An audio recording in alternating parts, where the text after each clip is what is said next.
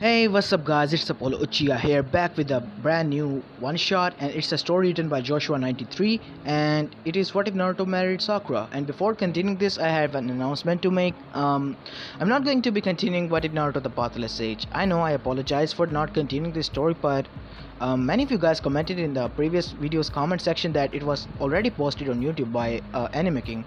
Don't get me wrong, I'm a huge fan of him and other creators, but I didn't want to steal their content.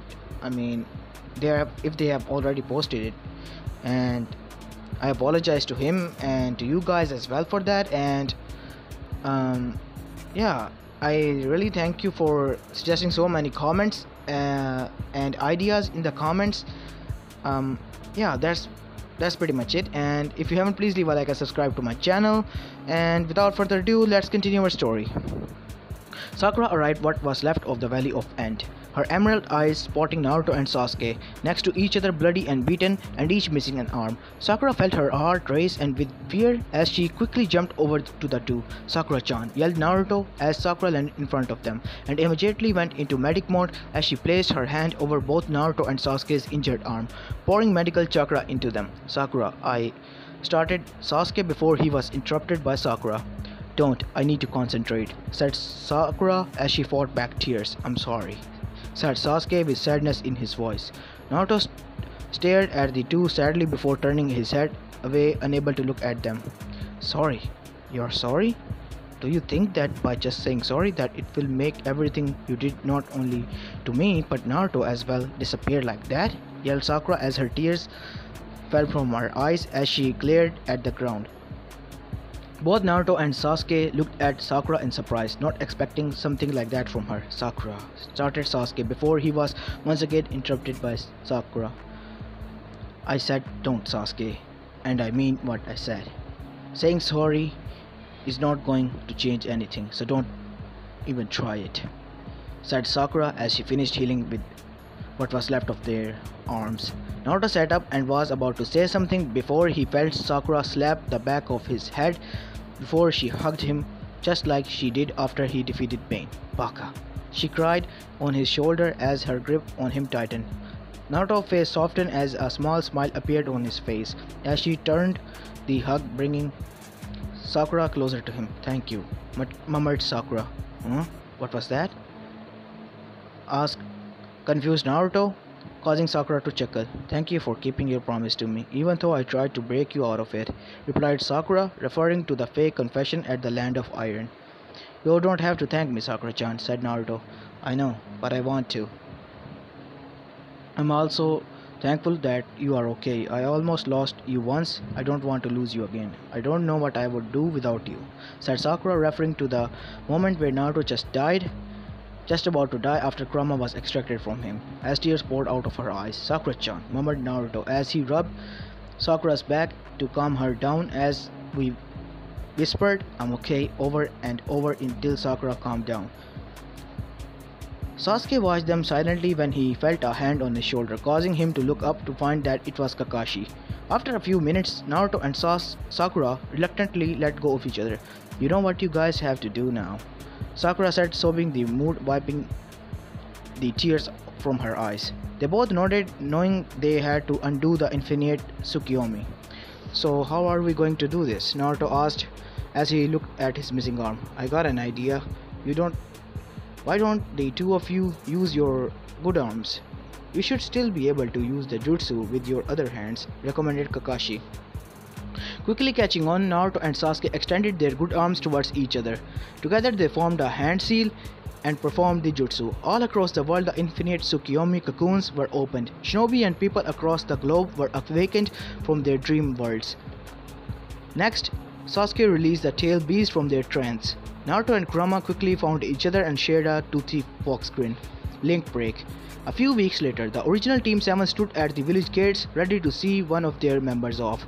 "You know, you are really lucky that you are not going to be imprisoned for life. However, since you helped undo Infinite Tsukiyomi and fighting with us in the war and ending it, I pulled some strings so you're off the hook. But never forget that this is all thanks to Naruto. He's the real hero in this war, after all," explained the newly appointed 6th Hokage Kakashi to Sasuke. "You're leaving already? But Tsunade Shisho is almost done with the prosthetic arm, said Sakura, who was reluctant to see her friend leave after everything Naruto and her did to bring him back just for him to turn around and leave again. All my life it's been shaped by others. I try to live up to my brother's expectation and my father's expectations. Then I lived for revenge as Itachi Nisan put me on the path of revenge. He manipulated me into an avenger, hoping that I would be a hero. When I learned the truth, Toby or whatever his name was used my pain to make me his weapon for revenge. It seems that all my life I've been doing things because it was through the manipulation of others. I can't put all the blame on that. I choose it after all. During these past few weeks I realized that I don't know who I really am. Without revenge, who am I? I need to know that. I need to leave and find myself and keep everyone out of trouble.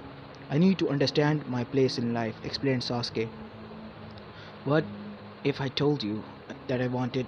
Sakura never got to finish because Sasuke cut her off. No, Sakura, you need to stay. You need to find where your heart truly belongs because it never belonged to me. And you would never find it if you went with me, said Sasuke, not wanting Sakura to finish her stance. Sakura hung her head in sadness when she heard this, but again Sakura was interrupted when she felt Sasuke poke her forehead. Once I have found my answers, I'll return, Sasuke said as he turned and started walking down the road. As Sasuke walked down the path, he looked and saw Naruto standing off to the side. Naruto pulled something out of his pocket and handed it to him. Here, I wanted to give this back, Naruto said, placing the object in Sasuke's hand. I'll hang on to it until we finally settle things, Sasuke said as he took his old headband back. Sasuke and Naruto shared a quick smile before he quickly pocketed the headband and started walking again. Naruto, Sakura and Kakashi watched Sasuke walking away until they could not see him any longer. Link break. A couple days later. A couple days has passed since Sasuke left, and during that time Sakura has been thinking where her heart truly belongs, and it has been really bugging her. Currently Sakura was walking down a street and noticing a bench, the same bench where Sasuke complimented her forehead. This is where Sasuke complimented my forehead, thought Sakura as she sat down on the bench. You have a large and charming forehead. Makes me want to kiss it. Sakura froze in her spot. That voice, Sakura quickly looked up to see Naruto, smiling tenderly at her. What? Sakura managed out as she stared at Naruto with a shocked expression on her face. Naruto awkwardly scratched the back of his head. The gears started to turn in Sakura's head.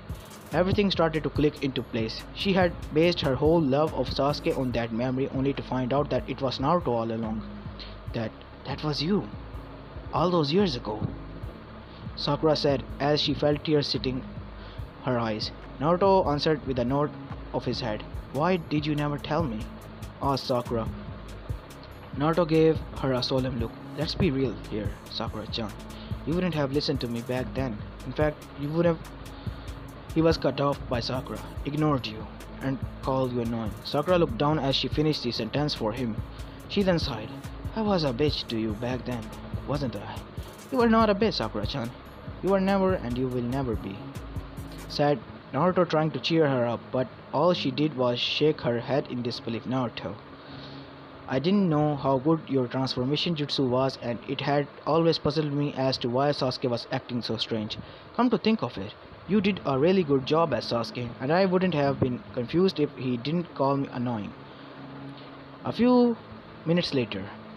It was at the moment that I had a taste of what you must have gone through every time I called you that. I tried to be nicer to you, but I was already in the habit of cutting you down all the time. I'm sorry I've been so mean to you, Naruto. I had Sasuke on a pedestal and you had to work your way up, said Sakura with her head down, feeling bad on how she treated Naruto in the past. Suddenly Sakura felt the blonde put his fingers under her chin, bringing her head up before she felt Naruto's lips on her forehead. After leaning back, Naruto looked down at her, giving her a genuine smile. Sakura-chan, I love you as far back as I can remember. I have loved you and only you. You are the only person I can see myself spending the rest of my life with, said Naruto with such conviction and emotion that Sakura started to cry once again. Naruto, mumbled Sakura, stunned by what Naruto told her. She knew Naruto loved her from Sai, but even so she was still taken back by the conviction and emotion that Naruto confession possessed. Before she knew what she was doing, Sakura latched onto Naruto, kissing him on the lips. Naruto stood there shocked Sakura was kissing him. Naruto quickly got over the shock and kissed Sakura back, deepening the kiss. The kiss lasted a few minutes before they broke away, panting for breath. I love you too, Naruto, said Sakura. What? You mean it? Said Naruto, a little hesitant to believe her. I've been so confused with my feelings for you ever since you returned with Jiraiya-sama, said Sakura as she tightly grasped Naruto's hand. Then when Sasuke was leaving, he told me that I had to find where my heart truly belonged. When you kissed my forehead, everything clicked into its place. I finally realized what my feelings are for. And these are for you. I love you, Naruto. You were the one I loved all along. After Sakura finished her explanation, she placed another kiss on Naruto's lips before pulling away. So, does this mean we're a couple? Asked Naruto, a little unsure where they stood at the moment. She looked up at him and smiled a smile that lifted her spirits. If you want us to be, we are, replied Sakura. Then I guess we'll see where we go from here then, eh? Stated Naruto as he brought Sakura into a hug which she returned immediately, loving the feeling of being wrapped around in his warm embrace. I love you too, Sakura-chan, said Naruto as he kissed the top of her forehead. I love you too, Naruto-kun, said Sakura with a smile on her face as she added the honorific at the end of his name. For the first time. Link break. 15 years later, the village hidden in the leaves had advanced and thrived greatly in the year following the Fourth Great Shinobi War. Sakura was now head medic at Konoha's hospital, and she was considered the greatest medical mind in the world, greatly surpassing even her master Tsunade, who was very proud of her apprentice for surpassing her. Sai had taken over as leader of the Anbu and had married Ino, with Ino taking over the interrogation and torture department. They both had a child and were happily married. Hinata was now the Hyuga clan head with her husband Kiba at her side. Kiba was now the Inuzuka clan head. Once Naruto and Sakura were officially together, Naruto had difficult task in turning Hinata down, telling her that he was flattered she felt that way about him, but his heart belonged to Sakura. To his surprise, when he told Hinata, she didn't seem that upset. In fact, she told him that she had a feeling it was going to happen eventually, so she had been prepared for the moment. Naruto thanked Hinata for being so understanding at the moment. Not too long afterwards did Kiba announce that he and Hinata were dating. Now the both of them were happily married with a set of twins, with one more on the way. Choji took over Akamichi clan head, and after his father stepped down, he married a woman within the clan and had a daughter. Shikamaru was now the Nara clan head and also the current Hokage advisor. To no one's surprise, Shikamaru and Temari got married, with Gaara happily allowing Temari to transfer to Konoha, but not before Kankuro gave Shikamaru a warning to never hurt his sister. Now Temari was assisting Iruka, who was now headmaster at the academy. Gaara and Kankuro regularly visited Konoha to see Temari and their new nephew, who was as smart, maybe smarter than his parents. Shino took over the Aburame clan after his father stepped down. He married a woman within the clan and had a daughter. Kakashi, Guy and Yamato all retired from the shinobi life and were happily watching Konoha prosper and grow. Anko was now a sensei and her body was still the envy of many of the village Konoichi. Shortly after the war, Anko had tracked Orochimaru down. After some convincing, Anko was able to get her curse mark removed and was free from its curse. Tenten had achieved her dream and had become a legendary Konoichi, known and feared around the world. She even earned praise from her hero, Tsunade, causing her pass out on the spot. Even though she was still an active ninja, she opened a weapon shop to occupy some of her free time. Lee was now a sensei and was still as energetic and passionate as ever. Much like Guy, Lee was now having his own students who shared his passion and intensity. Oh boy.